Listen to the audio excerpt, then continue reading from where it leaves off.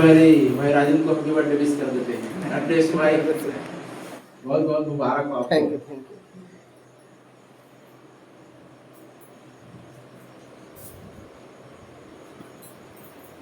तो चलिए देर न करते हुए, काफी समय की देरी में चल रहा है, इसलिए डायरेक्ट हम वचन में जाते हैं। कल संडे जब गए थे चर्च, इन्होंने अचानक से कहा कि आज मीटिंग का आयोजन रखेंगे, बर्थडे है। तो मैं तो सोच में पड़ा था कि आज समय दे पाऊंगा कि नहीं करके, क्योंकि सुबह से कुछ लोग आ गए, बोल रहे थे हमारे साथ आप सारंगढ़ चलिए, ऐसा करके कई सारे कामों की वजह से मैंने हाँ नहीं बोल पा रहा था। लेकिन प्रभु की मर्जी, प्रभु की इच्छा के अनुसार यह मीटिंग तय हुई, इनवाइट किया गया। तो मैंने कहा कि चलिए चलते हैं, अच्छी बात है। और हम परमेश्वर की उपस्थिति में जब आते हैं तो यह हमारे लिए काफी सुंदर अवसर है, आनंदमय वाली बात है। लिखा है कि प्रभु के भवन में एक दिन 1000 दिनों से उत्तम है। बोले हालेलुया।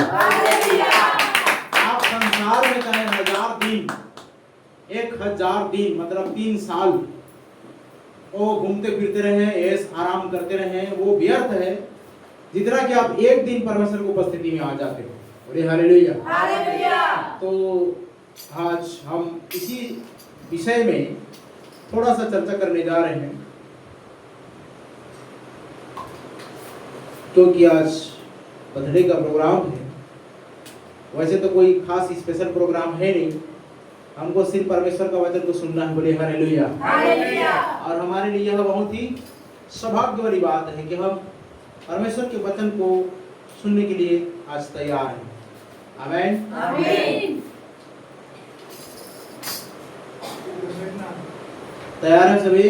यस। ओके, तो चलिए हम परमेश्वर की वचन में जाएंगे। और एक बार को अपने पांव के बल आप खड़े हो जाइए। भजन संहिता अध्याय 46 उसका 4 आयत में आज हम लोग मनन करने जा रहे हैं। भजन 46 अध्याय उसका 4 आयत, और बहुत ही गंभीरता वाली यह सब्जेक्ट है, विषय है, इसलिए ध्यान से पढ़िए। एक नदी है जिसकी नहरों से परमेश्वर के नगर में, जिसकी नहरों से परमेश्वर के नगर में अर्थात परम प्रधान के पवित्र निवास स्थान में, अर्थात परम प्रधान के पवित्र निवास स्थान में आनंद होता है। क्या होता है? आनंद होता है। हालेलुया। हो गया 46 का 4 जी। परमेश्वर अपने वचन के बड़े सुनने पर हम सबको आशीष दें। आमीन। एक मिनट अपनी आंखें बंद करके प्रार्थना करेंगे। स्वर्गीय पिता परमेश्वर, हम आपका धन्यवाद करते हैं। और आज हमने जो पाठ निकाला है भजन संहिता अध्याय 46 उसका 4 आयत, जो कि प्रभु परमेश्वर पिता यहाँ पर 4 बातें हैं। इसके आज भाई राजन एक्का के जन्म दिवस के उपलक्ष्य में प्रभु ने एकत्रित होने के लिए हमें सहायता किया। इनके द्वारा जो सुप्रबंध हुआ है, इस बात के लिए तेरा धन्यवाद करते हैं। और साथ ही आज इस अवसर में प्यारे पिता परमेश्वर, ये बहुत बड़ी खुशनसीबी की बात है कि अपने जन्म दिवस में कोई तो वचन सुन रहा है। इसलिए प्रभु परमेश्वर पिता बहुत बड़ा सौभाग्य है। जन्मदिन में लोग केक काटते हैं, कैंडल जलाते हैं, तरह तरह की संसारिक फिल्मी गानों में नाच डांस करते हैं, पार पड़ोस के लोगों को बुलाते हैं। लेकिन पवित्र पिता परमेश्वर से कहीं बड़ी आनंद तेरे संगति में है, तेरे वचन को सुनने में है, क्योंकि इससे भला होता है, इससे कल्याण होता है, शांति आती है। इसलिए प्रभु परमेश्वर पिता तो सहायता और मदद कर, सुनने की, समझने की शक्ति, विवेक दे, क्षमता दे, ताकि ये तेरे वचन को सुन करके प्यारे पिता परमेश्वर तेरी महिमा कर रहे पाए। और लोगों को तेरे हाथों में सौंपते हैं। अंधकार की सारी शक्तियां यीशु के नाम से दूर हटे, ऐसे विनती और प्रार्थना है। धन्यवाद। प्रार्थना सुनने के लिए महिमा आदर आपको देते हैं। प्रार्थना यीशु मसीह के नाम से मांगते हैं। आमीन। बोलिए हालेलुया। हालेलुया। कृपा करके बैठ जाइए। और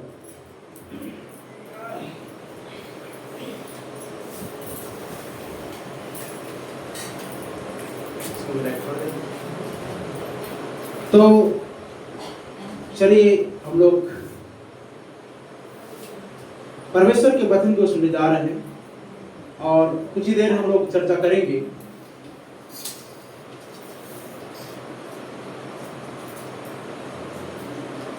स्तुति लॉर्ड, हालेलुया। महान यीशु तेरा धन्यवाद। भजन 46 अध्याय उसका 4 आयत जो इस प्रकार कहता है, वासुदेव जी पढ़ेंगे। एक नदी है जिसकी नहरों से परमेश्वर के नगर में अर्थात परम प्रधान के पवित्र निवास स्थान में आनंद होता है। क्या होता है? आनंद होता है। अरे हालेलुया, आनंद होता है। साफ शब्दों में लिखा है, तो ध्यान दीजिएगा। ये 4 भाग में है, इसको डिवाइड करेंगे तो 4 भाग के बारे में बताया जाता है। कितने भाग के बारे में? 4 भाग के बारे में। आमीन, आमीन।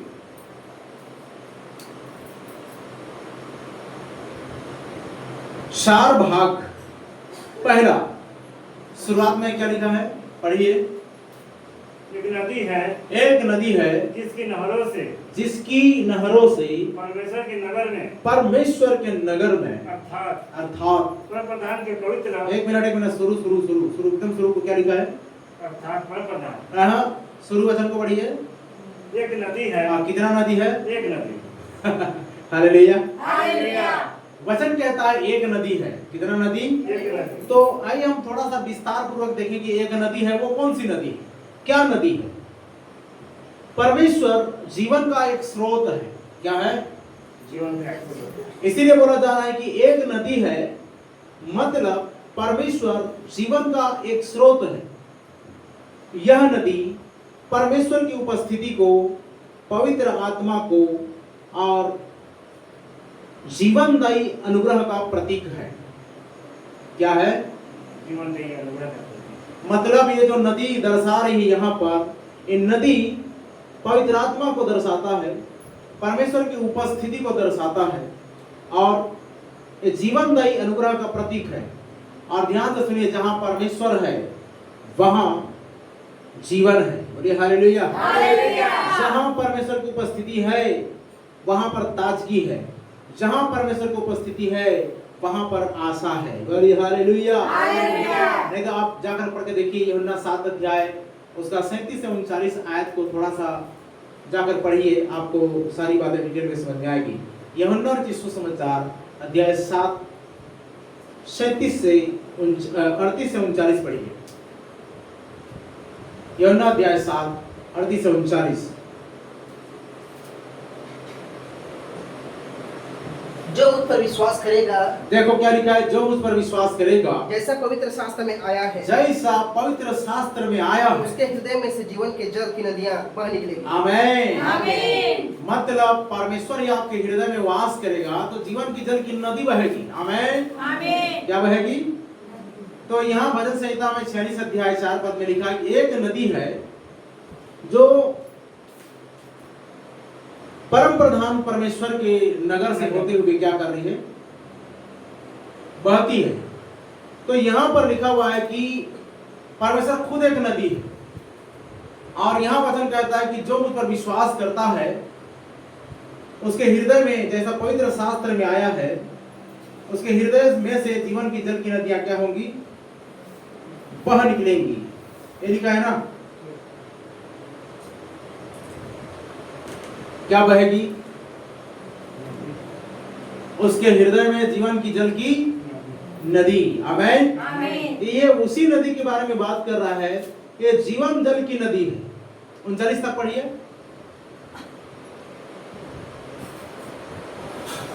39 तक पढ़िए जल्दी से।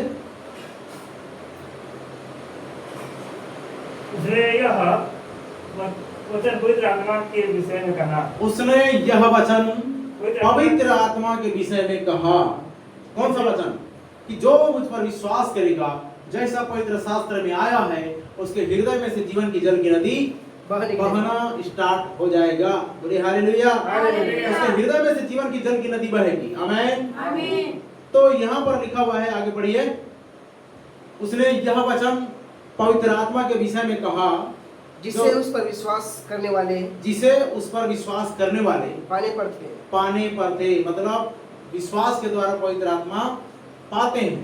तो विश्वास करने पर ये पवित्र आत्मा मिलता है और इसी के बारे में यहाँ पर बताया जा रहा है कि उसके हृदय में से जीवन की जल की नदी बहेगी और क्या लिखा है?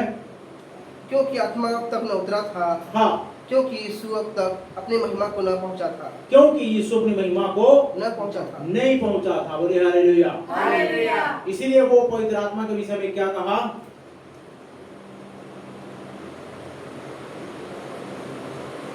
जिससे उसने विश्वास करने वालों पर पाने पर थे, जिसे उसके विश्वास करने वाले उस पर पाने पर थे। पाने पर थे।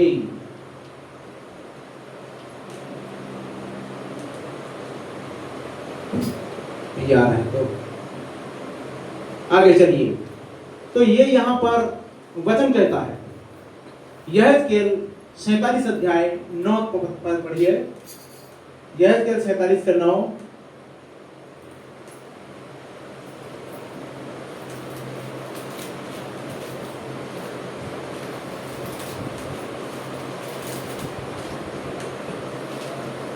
जहाँ जहाँ यह नदी बहे, जहाँ जहाँ नदी यह बहे, वहाँ वहाँ सब प्रकार के बहुत अंडे देने वाले जीव जंतु जिएंगे। वहाँ वहाँ सब प्रकार के क्या बहेंगे? अंडे देने वाले जीव जंतु जिएंगे। अंडे देने वाले जीव जंतु जिएंगे। तो ये कहाँ तक बहेगी? जहाँ जहाँ तक यह नदी बहेगी। हालेलुया। हालेलुया। वहाँ वहाँ तक उनके जिंदगी में क्या आ जाएगा? जीवन आ जाएगा। तो ये जो नदी के बारे में बात की जा रही है, ये बहुत ही सुंदर सी नदी है जो बताया जा रहा है।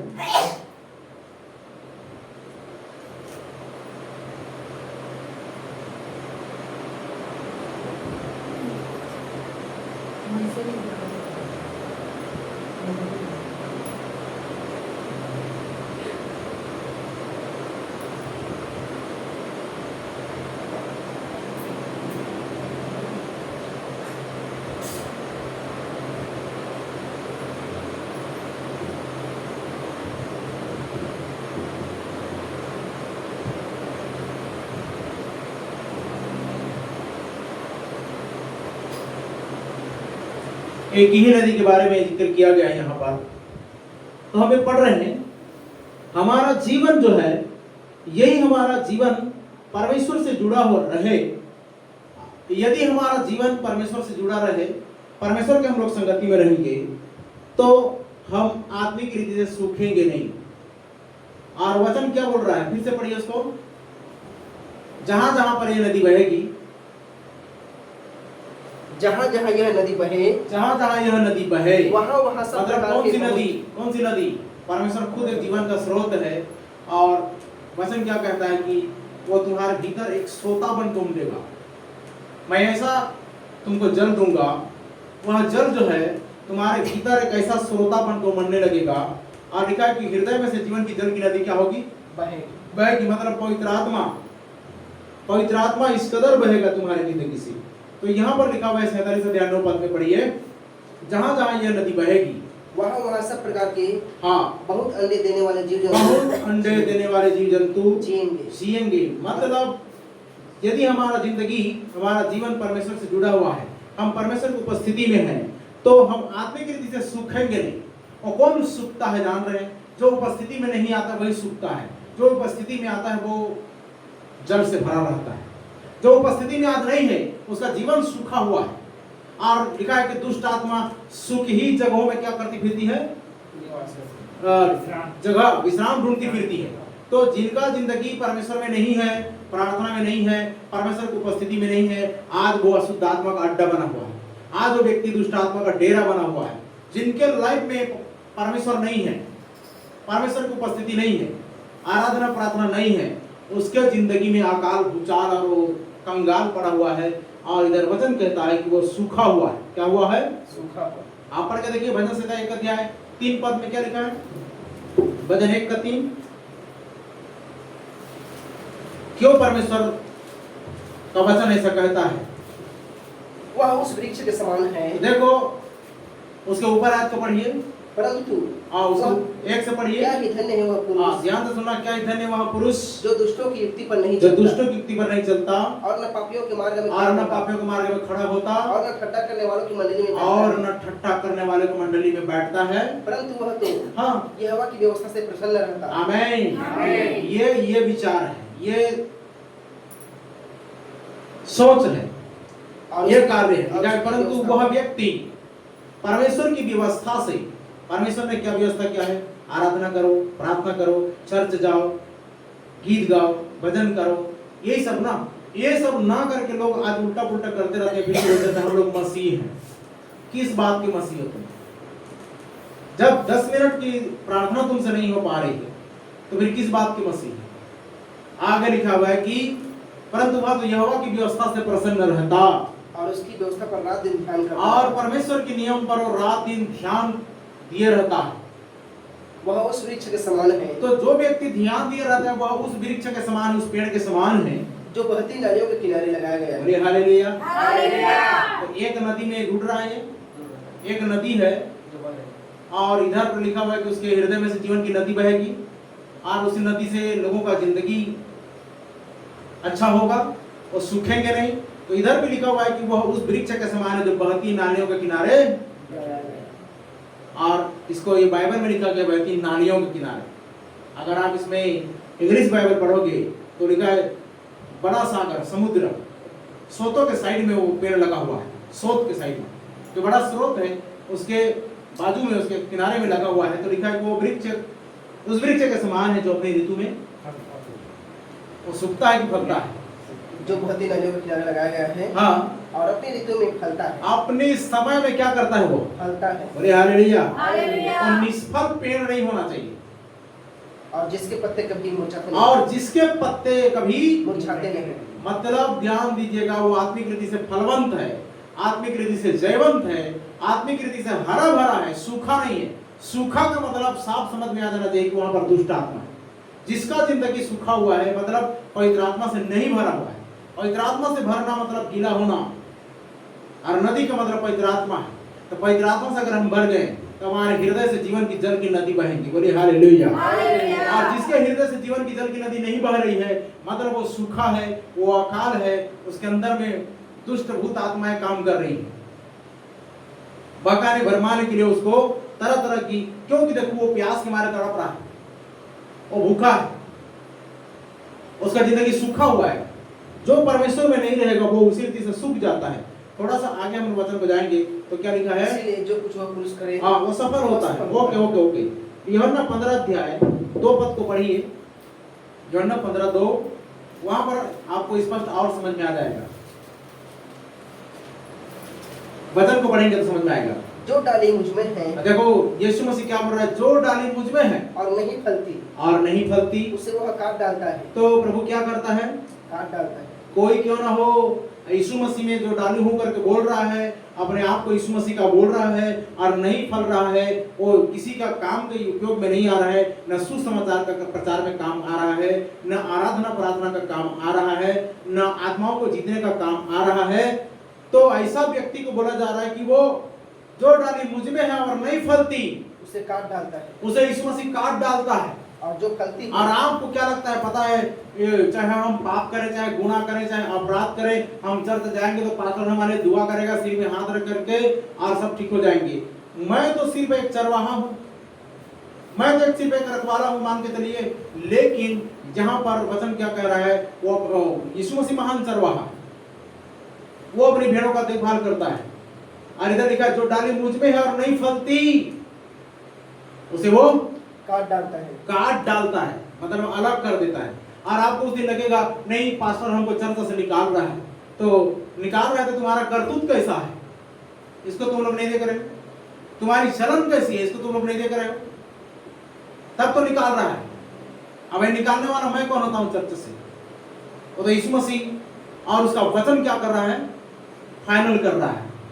चर्च से निकाले जाते बहुत सारे लोग जो नामधारी हैं, जो फल नहीं लाते, उनके बारे में बोला जा रहा है। आगे बढ़िए।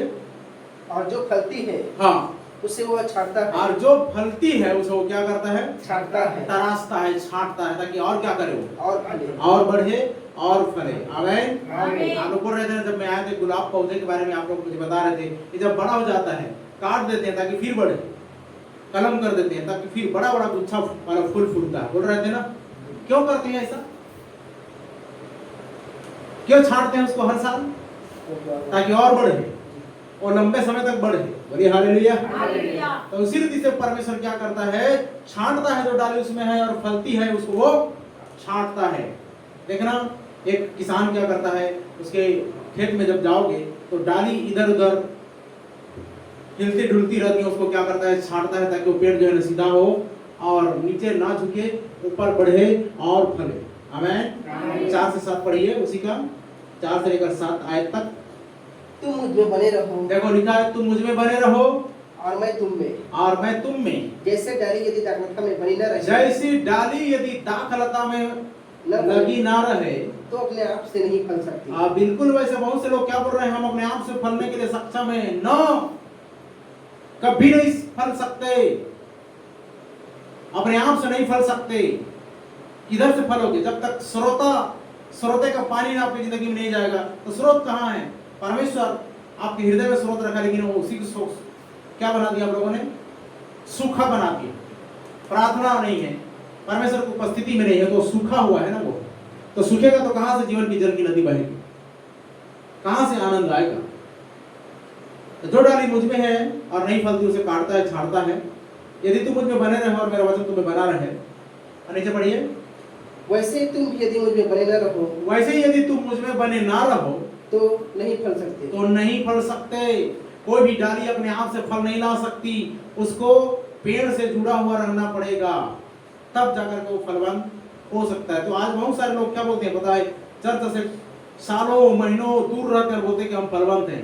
रॉन्ग टीचिंग, आपके अंदर में रॉन्ग थॉट आ गया, गलत चीजों ने जन्म ले लिया, इसलिए तुम सोचते हो कि हम लोग चर्च से अलग होकर, मंडली से अलग होकर हम फलवंत हैं। नो, कई बार ऐसा हुआ है, कई बार ऐसा लिखा है क्या बाइबल में कि चर्च से अलग होकर, प्रभु यीशु मसीह यहाँ पर बोल रहा है तुम मुझसे अलग होकर नहीं फल सकते। आपको शैतान भरमा रहा है, बहका रहा है कि हम लोग बिना चर्च जाए ही फलवंत हैं, बोलने से गलत बात है। हम लोग बिना डाली है और जब तक पेड़ से नहीं जुड़े रहेंगे और फलवंत भी हैं, बोलने से गलत बात है। आगे पढ़ो, मैं दाखलता हूँ, तुम डालियां हो, जो मुझ में बना न रहता, और लिखा जो मुझ में बना नहीं रहता है, जो मुझ में बना रहता है, जो मुझ में बना रहता है, मैं उसमें भी बना रहता हूँ, बहुत फल फलता है। तो वो व्यक्ति बहुत फल फलता है, क्योंकि मुझसे अलग होकर तुम कुछ भी नहीं कर सकते, एक तिनका भी नहीं उठा सकते। सुसमाचार प्रचार की बात तो छोड़ दो, लोगों को आत्माओं को लाने जीतने की बात तो छोड़ दो, कुछ भी नहीं कर सकते। इसलिए जिंदगी क्या हो जाता है? सूखा हो जाता है, अकाल हो जाता है, कुछ न समझ नहीं आता है, क्या करना है क्या नहीं करना है, कहाँ जाना है क्या नहीं जाना है, कुछ भी समझ में नहीं आता। और यीशु मसीह बोल रहा है कि अगर तुम मुझ में बने ना रहो तो तुम मुझसे अलग होकर कुछ भी नहीं कर सकते, तो मुझसे अलग होकर कुछ भी नहीं कर सकते। 7 तक पढ़िए, यदि कोई मुझ में बना ना रहे, और लिखा यदि कोई मुझ में बना ना रहे तो वह डाली के समान फेंक दिया जाता है, तो वह सूखी डाली के समान फेंक दिया जाता है, और लोग उन्हें आग में झोंक देते हैं। क्या कर देते हैं? बटोर कर आग में झोंक देते ये हैं। संसारिक लोग जो है उन्हें बटोर कर आग में झोंक देते हैं, मतलब जला देते हैं, और वे जल जाती है। यदि तुम मुझ में बने और उसका काम खत्म हो जाता है। और यदि तुम मुझ में बने न रहो, यदि तुम मुझ में बने रहो, यदि तुम मुझ में बने रहो और मेरा वचन तुम में बना रहे, और मेरा वचन तुम में बना रहे, तो जो चाहो मांगो वह तुम्हारे लिए हो जाएगा। आमीन। तो आज मांगने से मिल क्यों नहीं रहा है? तो यही वचन को पकड़ा दो उसको। लोग पाप करने के लिए ज्यादा जीवन को लगा रहे हैं। इधर वचन कहता है तुम मुझ में बने रहो, मेरा वचन तुम में बना रहे, तो जो चाहो मांगो तुम्हारे लिए क्या करेगा? वो हो जाएगी। तो चंगाई मांग रहे हैं, चंगाई नहीं मिल रहा है, क्यों? इससे पहले थोड़ा सा जीवन में झांक कर देखिए, क्या मेरा जिंदगी यीशु मसीह से कनेक्शन में है या डिस्कनेक्ट हो गया? जैसा छतरी को आप ऊपर में लगाते हैं, सैटेलाइट से कनेक्ट नहीं होता है, तो इधर क्या बताता है? इधर खाली, एम्प्टी, कुछ भी नहीं है। जब वो एंटीना सही सैटेलाइट से कनेक्ट होता है तो इधर पिक्चर आता है, सीरियल आता है, सही है ना? वैसा ही आपका कनेक्शन अगर खुदा से जुड़ा हुआ है तो सारी चीजें मिलेंगी आपको, जो चाहो मांगो वो तुम्हारे लिए हो जाएगा, लिखा है। अगर तुम मुझ में बने रहो तो, और बने नहीं रहोगे तो एरर। क्या आ रहा है? सिस्टम एरर, अपडेट की जरूरत है, सॉफ्टवेयर की जरूरत है। लोगों का जिंदगी ऐसा ही है। बोलते हैं महीनों महीनों सालों सालों नहीं आते चर्च में, और फिर भी बोलते हैं कि हम यीशु मसीह में बने हुए हैं। किस बात में बने हुए हैं, क्या प्रूफ है बने हुए? प्रभु का दृष्टिकोण अलग है ना, मैं बताया था ना। परमेश्वर का दृष्टिकोण संडे को कल हम लोग सुन रहे थे। तो चलिए आगे जाते हैं जल्दी से। हम लोग ये वचन को पढ़ रहे थे, 7 तक हो गया। तो धाराएं, नदी की जो धारा है वो क्या करती है? नदी की जो धाराएं जो बह रही है उसको देखना, वहां पर जाने से बहुत ही आनंद और शीतलता लगता है। उसकी झरने की जो कलकल है, झरने की जो आवाज है बहुत ही मधुर लगती है। वहां पर जाने से दिल को सुकून मिलता है, शांति मिलती है। तो मतलब आप थके हारे जाकर वहां पर बैठ जाते हैं तो वो हृदय को आनंदित करती है। बोलिए हालेलुया, हालेलुया। और परमेश्वर आनंद और शांति का भी स्रोता है। आमीन। परमेश्वर आनंद और शांति देता है। धाराएं का मतलब है परमेश्वर के निरंतर बहने वाले अनुग्रह और आशीषों का प्रतीक है। तो धारा का मतलब है परमेश्वर के निरंतर बहने वाले अनुग्रह और आशीषों का प्रतीक है। लगातार आशीष बह रही है, अनुग्रह बह रहा है, ये धाराओं का यही मतलब है। और इससे अगर वचन को जानना चाहते हैं, जो उसके लोगों को बल और आनंद देती है। बोलिए हालेलुया। परमेश्वर की उपस्थिति में आने से नया बल मिलता है, ताजगी मिलती है, सुरक्षा मिलता है, शांति आता है, आनंद आती है और नया बल भी मिलता है, और यह चीज आनंद देती है। यशायाह 12 अध्याय उसका 3 पद को पढ़ के देखिए। यशायाह 12:3।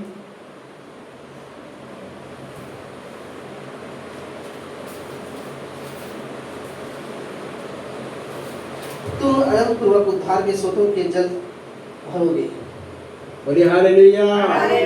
फिर से पढ़ो, क्या लिखा है? तुम अनंत पूर्वक उद्धार के स्रोतों से तुम आनंद पूर्वक उद्धार के स्रोतों से जल भरोगे। उद्धार के स्रोता से जल भर रहे हैं, मतलब आपको जहां पर सूखा है, जहां पर टेंडना पड़ रहा है, क्या बोलते हैं उसको, बोरी को ऐसा ढांचा मारना पड़ रहा है, ऐसे जगह हम जा रहे हैं जहां पर पानी नहीं निकल रही है, लेकिन यहाँ पर बोल रहा है तुम आनंद पूर्वक उद्धार के स्रोतों से। इसके स्रोतों से उद्धार का भी एक स्रोत होता है, उस स्रोतों से लिखा है, उस स्रोतों से क्या करोगे तुम?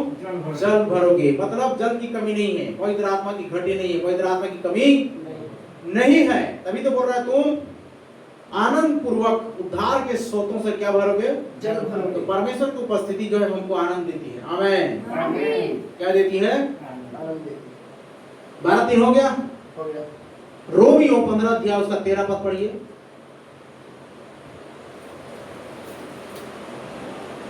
रोमियो 15 अध्याय उसका 13 आयत।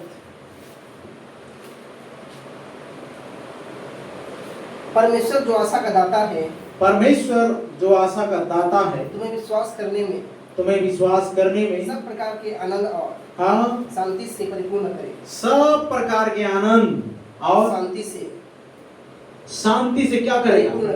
परिपूर्ण करेगा। बोलिए हालेलुया। ध्यान देना प्रिय भाई बहन, सच्चा जो आनंद है ना, वो परमेश्वर की उपस्थिति के अलावा कहीं नहीं। लेकिन लोग आज क्या कर रहे हैं पता है? उस आनंद को पाने के लिए पिकनिक पार्टियों में जा रहे हैं, ऐसे ऐसे स्पॉट में जा रहे हैं।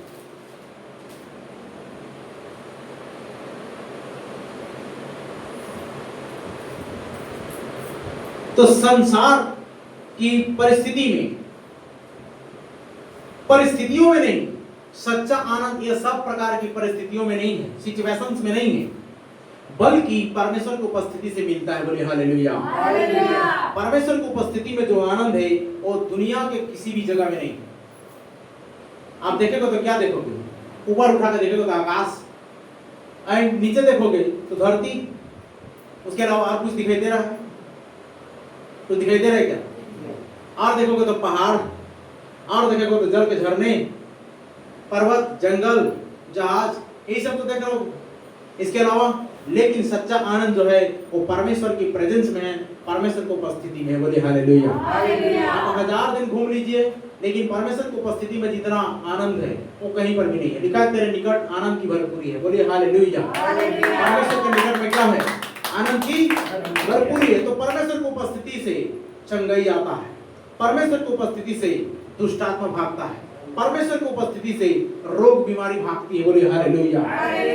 ये परेशानियां जाती है, क्यों लिखा है परमेश्वर के अधीन हो जाओ, शैतान का सामना करो तो तुम्हारे पास से, मतलब परमेश्वर की उपस्थिति में इतना एनर्जी आता है, इतना पावर आता है, इतना आनंद आता है, आपका उदासी चेहरा हंसी में बदल जाएगा, आनंद में बदल जाएगा। परमेश्वर की उपस्थिति में ही ये आनंद है। परमेश्वर की उपस्थिति में जब आप आते हैं, देखो दुष्ट आत्मा की उपस्थिति में रहोगे रोग बीमारी आ रही है, संसार की उपस्थिति में रहोगे रोग बीमारी आ रही है, लेकिन परमेश्वर की उपस्थिति में आ जाइए। परमेश्वर की उपस्थिति में जैसे आप आ जाते हैं तो आपको एनर्जेटिक पावर मिलता है, विल पावर मिलता है और ऐसी सामर्थ्य मिलती है, क्योंकि उसकी उपस्थिति से क्या आती है, सामर्थ्य आती है, और वो सामर्थ्य सारी रोगों को दूर करने के लिए सक्षम है। कि पवित्र आत्मा की सामर्थ्य से तुम्हारी आशा बढ़ती जाए, कि पवित्र आत्मा की सामर्थ्य से तुम्हारी आशा क्या होती जाए, बढ़ती जाए। Hallelujah, hallelujah, hallelujah. हालेलुया। तीसरी बातें, दूसरी बात हमने देखा धारा, पहली बात देखा एक नदी और दूसरी बात उसको देखा नदी की धारा। अब तीसरी बात देखते हैं, परमेश्वर के नगर लिखा है क्यों वासुदेव जी, 46 के 4 में हम पढ़ रहे थे ना, वापस भजन संहिता 46:4 पढ़िए।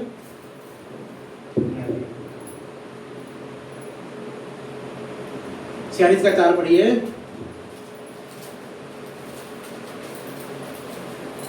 एक नदी है, हाँ, जिसकी नगरों में, हाँ, जिसकी नहरों में, परमेश्वर के नगर में, हाँ, देखो यहाँ पर क्या लिखा है, परमेश्वर के नगर में लिखा है ना। तो आइए देखते हैं परमेश्वर के नगर, परमेश्वर के नगर को देखते हैं। तो परमेश्वर का नगर मतलब क्या है? मान के चलो कि एक नगर है, इसको भी बोलते हैं नगर निगम में आता है कि नहीं आता है, कि नगर पालिका में आता है, बरम के नगर पंचायत में आता है। तो नगर का एक क्या होता है, मुखिया होता है, प्रेसिडेंट होता है, अध्यक्ष होता है ना, क्या बोलते हैं, पार्षद नगर का। तो नगर का एक मुखिया होता है और इस नगर का मुखिया परमेश्वर है। बोलिए हालेलुया, हालेलुया। तो परमेश्वर अपने लोगों के बीच में वास करता है, परमेश्वर अपने लोगों के बीच में रहता है। पुराने नियम में यह यरूशलेम की ओर संकेत करता है। ये जो नगर है, परमेश्वर का नगर बोलने से यरूशलेम, पुराने नियम में चले जाओगे तो यह नगर जो है परमेश्वर के यरूशलेम को संकेत के रूप में दर्शाता है। लेकिन नए नियम में आते हैं, परंतु आज परमेश्वर अपने लोगों और अपनी कलीसिया के बीच में वास करता है। बोलिए आमीन, हालेलुया। इस बात को जानना जरूरी है, उसमें वो यरूशलेम में वास करता था, लेकिन अब आपके और मेरे हृदय में आ रहा है, आपके और मेरे बीच में आ रहा है और कलीसिया के बीच में आ रहा है। बोलिए आमीन। तो यह जो है पहला कुरिन्थियों 3:16 में जाइए और पढ़िए वचन को क्या लिखा है। देखो पहला कुरिन्थियों अध्याय 3 उसका 16 आयत, जहां पर लिखा है, क्या तुम नहीं जानते, क्या तुम नहीं जानते कि तुम परमेश्वर का मंदिर हो। कौन मंदिर है? हम परमेश्वर का मंदिर हैं। आमीन। क्या तुम नहीं जानते कि तुम परमेश्वर का मंदिर हो और परमेश्वर का आत्मा तुम में वास करता है। और परमेश्वर का आत्मा तुम में क्या करता है? वास करता है। तो हम क्या बोल रहे थे, परमेश्वर हमारे बीच में वास करता है, रहता है। तो आगे पढ़िए प्रकाशित वाक्य 21 का 3। परमेश्वर की उपस्थिति में प्रोटेक्शन आता है, सुरक्षा आता है। फिर मैंने सिंहासन में से किसी को ऊंचे शब्द से यह कहते हुए सुना, क्या? देख परमेश्वर का डेरा मनुष्यों के बीच में है। देख परमेश्वर का डेरा मनुष्यों के बीच में है। बोलिए हालेलुया। इसका डेरा, परमेश्वर का डेरा। तो भाई ये बीमारियों का क्या मजाक, परमेश्वर का डेरा होना चाहिए। हम ये हमारा बीच में परमेश्वर का डेरा होना चाहिए। और मैंने स्वर्ग से क्या सुना? शब्द। वो यूहन्ना क्या बोल रहा है कि मैंने स्वर्ग से एक शब्द सुना। क्या? पढ़ो। फिर मैंने सिंहासन में किसी को ऊंचे शब्द से यह कहते हुए सुना, देख परमेश्वर का डेरा मनुष्यों के बीच में। देख परमेश्वर का डेरा कहाँ पर है? मनुष्यों के बीच में है। मनुष्यों के बीच में है। तीसरी उसके साथ डेरा करेगा। और उसके साथ में क्या करेगा? डेरा करेगा। डेरा करेगा मतलब रहने आएगा। बोलिए हालेलुया। स्वर्ग का महाराजा मनुष्य के बीच में आज वास करता है। नगर में नहीं, परंतु आपके और मेरे बीच में आता है, तुम्हारा हृदय एक पवित्र आत्मा का मंदिर है। सुरक्षा आती है, पवित्रता आती है परमेश्वर की उपस्थिति से। परमेश्वर की उपस्थिति ही बीमारियों को भगा सकती है और कुछ चीज नहीं। प्रोटेक्शन आता है, पवित्रता आती है, उसके साथ डेरा करेगा, आशीष आती है और वे उसके लोग होंगे, और उसके साथ डेरा करेगा और उसके लोग होंगे, और परमेश्वर आप उसके साथ रहेगा, और परमेश्वर उसके साथ रहेगा, और उसका परमेश्वर होगा, और उसका परमेश्वर होगा। तो मैंने बता दिया, सुरक्षा आती है, पवित्रता आती है, आशीष आती है, चंगाई आती है और प्रोटेक्शन आता है। अब अगली बातों पर जाते हैं, चौथा लाइन को देखते हैं, परम प्रधान का पवित्र निवास। भजन 46 का 4 का लास्ट जो आयत है वहां पर लिखा है, परमेश्वर के पवित्र निवास स्थान से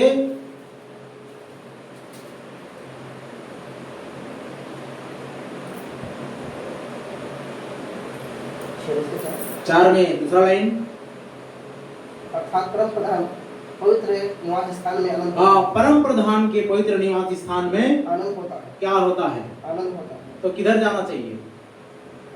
संसार में जाओगे, बीमारी रोग को लेकर आओगे, परमेश्वर की उपस्थिति में रहोगे तो रोग बीमारी हमेशा के लिए जाएंगे, आती नहीं रहेंगी।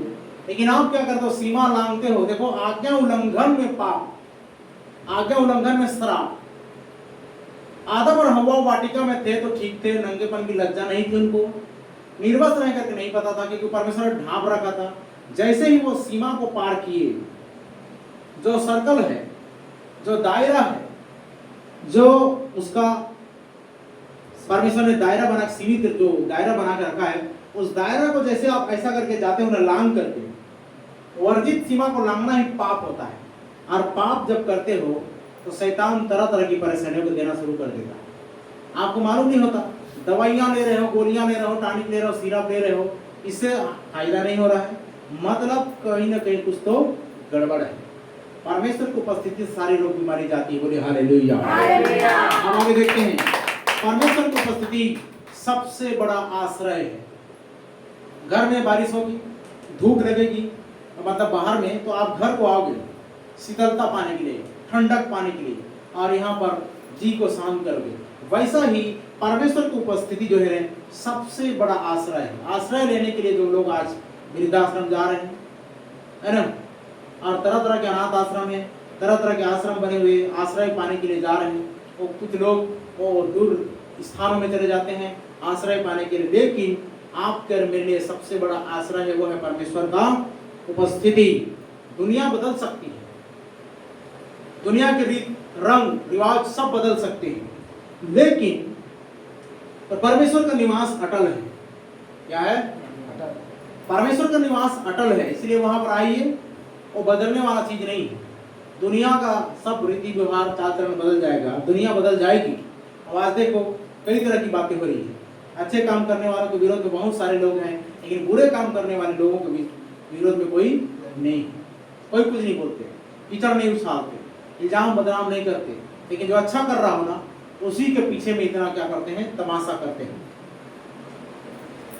उपस्थिति में, परमेश्वर की उपस्थिति में भय नहीं आता, डर नहीं हो, भय नहीं लगता, बल्कि सुरक्षा है, प्रोटेक्शन है। आमेन। अब चलिए भजन संहिता 91 अध्याय 1 पद पढ़ के देखिए। भजन 91 1 अध्याय। जो परम प्रधान के छाए हुए स्थान में बैठा है। हाँ देखो क्या है, जो परम प्रधान के छाए हुए स्थान में बैठा रहे, वह सर्वशक्तिमान की छाया में ठिकाना पाएगा। लेकिन आज कहाँ बैठे हैं लोग? तो उनको क्या चाहिए? चकाचौंध चाहिए, संसारिक आनंद चाहिए, मेला मंडाई, शादी ब्याह, यूं त्यों लन फन का उनको क्या चाहिए? झमेला चाहिए।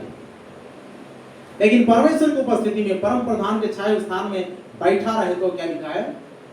वह सर्वशक्तिमान की छाया में ठिकाना पाएगा। तो जो संसार में जाते हैं उनके लिए कोई ठिकाना नहीं है, जो परमेश्वर में है उनके लिए ठिकाना है। बोलिए हालेलुया। बोलते हैं ना, क्या ठिकाना नहीं उसका, माना आश्रय नहीं है कोई, और ठिकाना नहीं पा रहा है। जैसे एक पक्षी उड़ करके आ रही है और आप भगा दे रहे हो, वो ठिकाना नहीं पा रहे, फिर उड़ के आ रही, फिर भगा दे रहे हो, मतलब ठिकाना नहीं पा रहे। तो वैसे ही लोगों का हालत हो गया है, वो इधर से घूम घाम करके आ रहे हैं, वो प्रयास कर रहे हैं बैठने का, लेकिन आप भगा दे रहे हैं, मतलब क्या है? ठिकाना नहीं पा रहे। तो क्यों ठिकाना क्यों नहीं पा रहे? मतलब ये कि इन लोगों ने परमेश्वर से बगावत कर लिया है ना, परमेश्वर की उपस्थिति को प्रिय नहीं जानते, प्राथमिकता परमेश्वर की चर्चा को नहीं देते, प्राथमिकता परमेश्वर को प्राधान्य नहीं देते और प्राथमिकता परमेश्वर को ऊंचा नहीं करते, इसीलिए वो इन प्रकार की परेशानी से गुजर रहे हैं। वचन 91 हो गया। आप निर्गमन में जाइए 33 अध्याय का 14 पद पढ़िए। तो जीवन में क्या लागू करना है? आपको क्या लागू करना है जीवन में?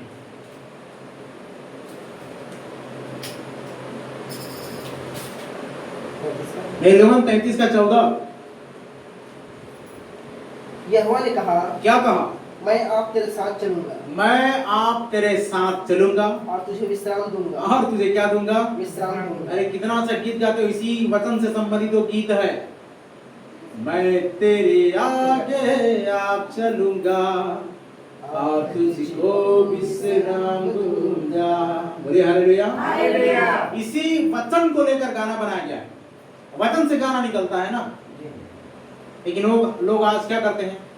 वचन से गाना निकला उसको स्टेटस में सजाओ ना, लेकिन लोग कुमार सानू, उदित नारायण, अलका याज्ञिक, इन सब का उधर स्टेटस में सजा सजा के क्या करते रहते हैं?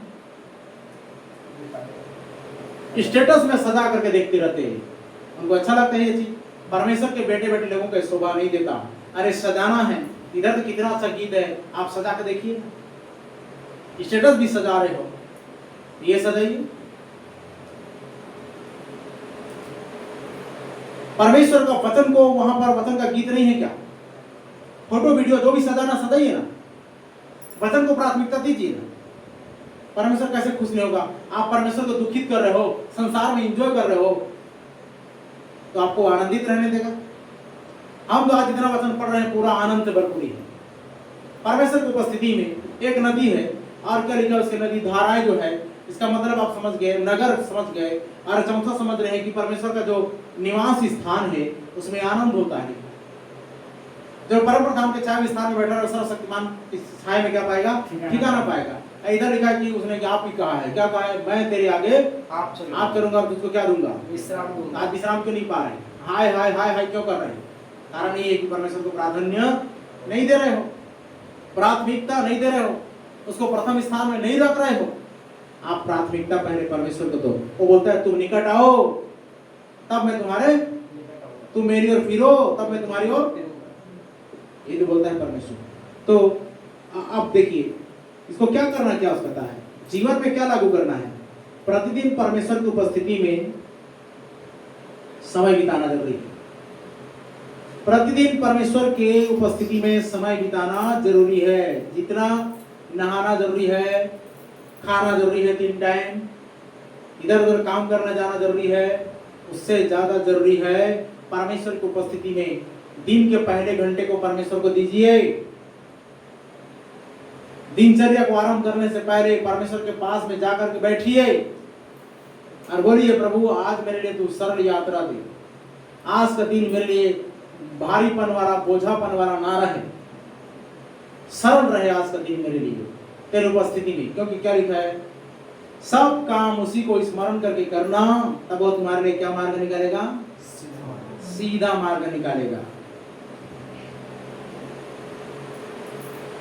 पवित्र आत्मा को अपने जीवन में कार्य करने दें।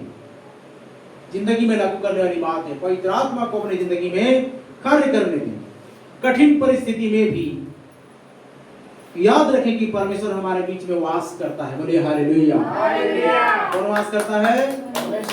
कठिन से कठिन परिस्थिति में, एवरी सिचुएशन, वो हमारे बीच में काम करता है और हम अपनी दुर्बलताओं में प्रभु को छू सकते हैं। क्योंकि उसने आप ही कहा है, मेरी सामर्थ निर्बलताओं में क्या होती है? सिद्ध होती है। इसीलिए हम अपने निर्बलताओं पर घमंड करते हैं। आप देखिए, परमेश्वर हमारे बीच में वास करता है तो आप अपनी शांति संसार में नहीं पा सकते, अपनी शांति जगह जगह स्पॉट में नहीं पा सकते। आंख सुख के लिए आप जा सकते, देख सकते हैं, लेकिन जो आनंद है, अब प्रभु ने आपको विशेष कार्य के लिए चुना है, आप और दूसरे साइड में जाओगे, योना भागा, अरे तू जा निनवे को प्रचार कर, लेकिन निनवे को नहीं जाकर के योना किधर भाग रहा है? तरसीस को भाग रहा है। तो क्या हुआ? परेशानी आई, आंधी तूफान आया। तो ये क्या है? आज आपकी जिंदगी में रोग, बीमारी और कमजोरी आ रहा है, मेडिसिन दवाइयां ले रहे हो, छूट नहीं रहा है, तो मतलब आप परमेश्वर की उपस्थिति से भाग रहे हो। परेशानी तो आएगी। और उसके बाद में जब वहां पर बोला, उसने क्या बोला? प्रभु मैं इस भीतर कोठरी में भी मुझे विश्वास है कि तेरे पवित्र मंदिर में क्या करूंगा, वास करूंगा, तुझे देखूंगा। तो परमेश्वर ने उस पश्चाताप किया जब योना ने, तो परमेश्वर ने उसको मुंह से उगलवा दिया, अंधेरे में चला गया था वो, एकदम तलहटी में, समुद्र के अंदर में। वो क्या स्थान था? वो अधोलोक जैसी स्थान थी, क्योंकि मछली के पेट में जाना, वहां लाइट मिलेगा आपको, वहां खाना मिलेगा आपको, कि वहां आप चल फिर रहोगे ऐसा? सब तरफ देखने से दीवार, इधर देखने से दीवार, इसका मछली का पेट। मैं सोचता हूँ उधर पता नहीं कैसा क्या होगा, 3 दिन 3 रात योना ने। हमें भी जाकर देखना चाहिए लगता है। तो परमेश्वर की उपस्थिति में भागने से यही हालत होता है। लेकिन उसने प्रायश्चित किया, पश्चाताप किया, और परमेश्वर उसकी प्रार्थना को सुनकर उसको सूखे स्थान पे निकाल दिया, ताकि वो निनिवे में निकाला, ताकि निनिवे में वो प्रचार करें। आमेन। आपको उसी काम को करना, वापस आना है, अन्यथा परेशानी में पड़ते रहोगे। आप अपनी बुलाहट को भली भांति जान लीजिए, अन्यथा आपके साथ परेशानी आती रहेगी। जब आप मूल बुलाहट में, आपके मूल कार्य को करने के लिए जब आप अपना जीवन को नहीं लगाते हो, तब तक परेशानी आपको घेरती रहेगी। लेकिन जैसे ही आप परमेश्वर के मार्ग को करने के लिए अपनाते हो, ये सारी परेशानी खुद ब खुद भागेगी। क्योंकि लिखा है परमेश्वर का अधीन जब शैतान का सामना करो तुम्हारे पास से भागेगा। तो आगे चलिए, भजन संहिता 46:4 सिखाता है कि हमें प्रभु की उपस्थिति में, कि प्रभु स्वयं हमारे जीवन की जीवनदायी नदी है। परमेश्वर स्वयं हमारे जीवन की जीवनदायी नदी है। उसकी उपस्थिति हमारे हृदय को आनंद, शांति, सामर्थ्य, सुरक्षा और शांति से भर देती। बोलिए हालेलुया। परमेश्वर की उपस्थिति हमको शांति, आनंद, चंगाई, छुटकारा। हम गीत गाते हैं क्या? आनंद है, आनंद है।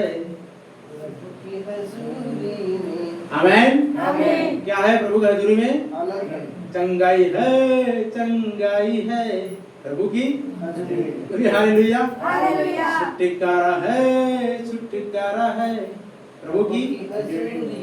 आमेन। तो उसके हजूरी में आपको सब मालूम हो गया, सब कुछ है, तो फिर आपको बाहर जाने का क्या मतलब? ये कौन सा बुद्धि पा रहे हो आप? ये शैतान भटका रहा है कि तुम पाप करो।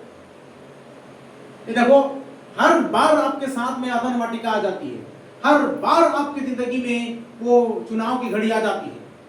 और जब ऐसे परीक्षा आता है, जब ऐसी टेम्पटेशन आती है, तो आप संसार को चुनते हो, परमेश्वर की उपस्थिति को क्यों नहीं चुनते?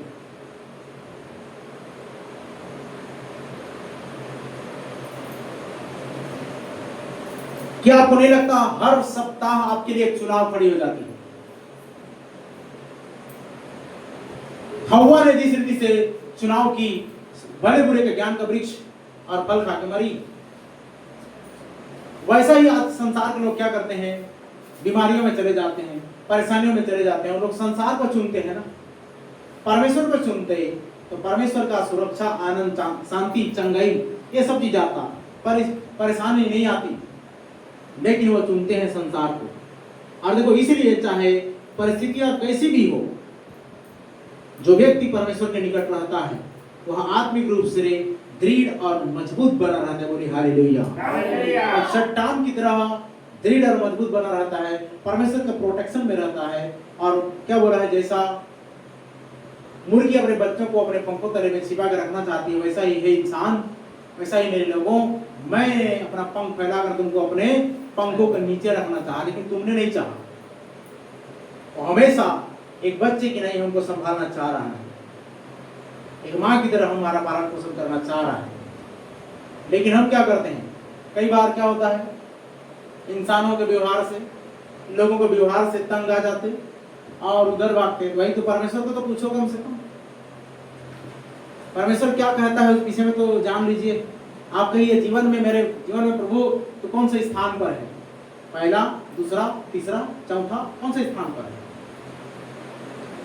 परमेश्वर की उपस्थिति में जितना जाओगे, बोलते हैं ना, नो प्रेयर नो पावर, मोर प्रेयर मोर पावर, उतना आपको सोच अच्छी होगी, उतना आपका विचार अच्छा होगा, उतना आपकी जीवन अच्छा होगा, उतना आपका स्वास्थ्य भी अच्छा होगा, परेशानी नहीं आएगी परमेश्वर की उपस्थिति में रहने से। लोग आज क्या करते हैं, थोड़ी थोड़ी से आनंद, थोड़ी थोड़ी से खुशी के लिए वो विभिन्न स्थानों, विभिन्न जगहों में जाते हैं, लेकिन सच्चा आनंद वहां पर नहीं है प्रिय भाई बहन। सच्चा आनंद है परमेश्वर की उपस्थिति में। बोलिए हालेलुया, बोलिए हालेलुया। तो समझ में आ रहा है, परमेश्वर की उपस्थिति सारी बीमारियों को भगाती है। परमेश्वर की उपस्थिति हमको रोग बीमारी से मुक्त करती है। परमेश्वर की उपस्थिति में हम लोग मजबूत होते हैं, बलवान होते हैं, और विचार भी शुद्ध होता है, हम स्वस्थ होते हैं और मस्त होते हैं, परिवार भी हमारा बढ़िया होता है। हमको परमेश्वर की उपस्थिति के अलावा कहीं और जाने की जरूरत नहीं है। जाओ थोड़े समय के लिए, लेकिन ज़्यादा से ज़्यादा टाइम स्पेंड करना है परमेश्वर की उपस्थिति में। आप दुनियादारी में चले गए, आप प्रभु को समय नहीं दे पा रहे हो। आज एक पोस्ट किया हुआ है राजन ने, क्या, जब आपका प्रार्थना में मन ना लगे तो समझ जाना कि आप परमेश्वर से दूर हो रहे हैं। प्रार्थना करने का मन नहीं लग रहा है, मतलब आप परमेश्वर से दूर हो रहे हैं। तो परमेश्वर इन वचनों के द्वारा हम सबको पहुंचाए से आशीष दे। आमीन। तो चलिए हम लोग खड़े हो जाएं, परमेश्वर सेवा करें, खड़े हो जाएं, प्रार्थना करेंगे।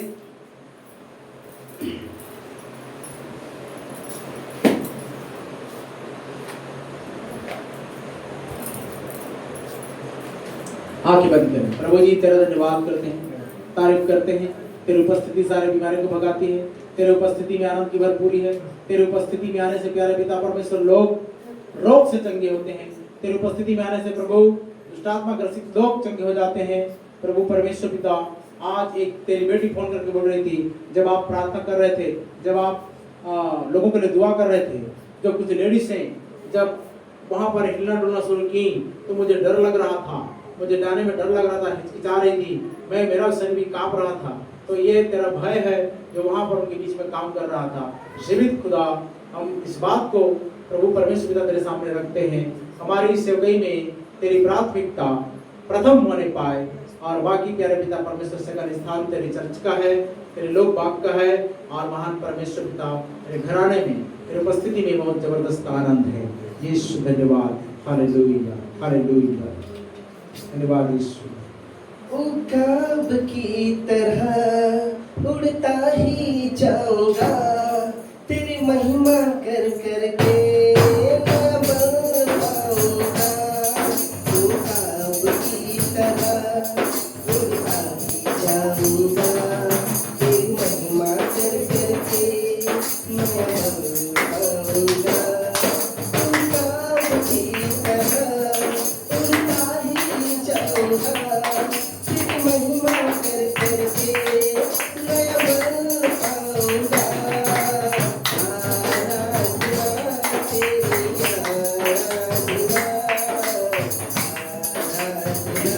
आराधना, आराधना तेरी, आराधना, आराधना तेरी, आराधना,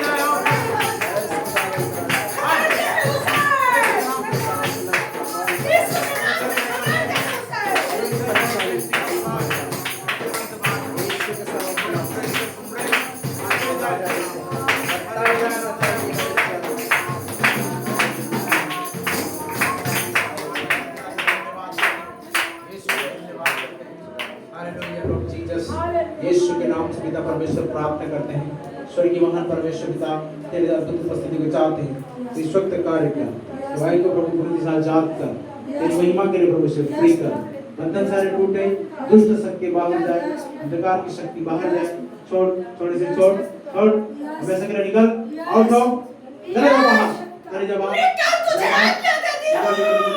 यीशु के नाम से जाओ।